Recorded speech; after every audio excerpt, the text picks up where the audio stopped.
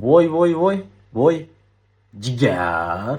Ha bu Angliya ham yutqazib qo'ydi-yu. Endi Jigar to'g'risini ayting. Finalda Portugaliyani chiqarib o'rgan Ispaniyaga balet qilasizmi yoki Lionel Messi bor Argentinaga balet qilasizmi? Obbo Argentina. Ha bu chempionatda g'irt remontada jamoasi bo'ldi-yu Argentina. To'g'risini ayting Jigar. Argentinani mag'lubiyatdan ko'raman deb nechta jamoa almashtirdingiz? Ha bir uyat degan narsa ham bo'lishi kerak odamda. Qachongacha jamoa almashtirasiz? Yana Jigar bitta savolim bor-da sizga.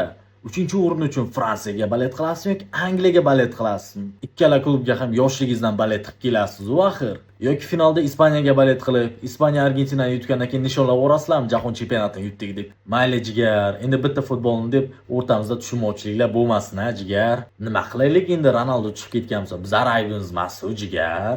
Argentina yutib qo'ygani-yu Jigar, nimaga xafa bo'lasiz Argentina va Messidan?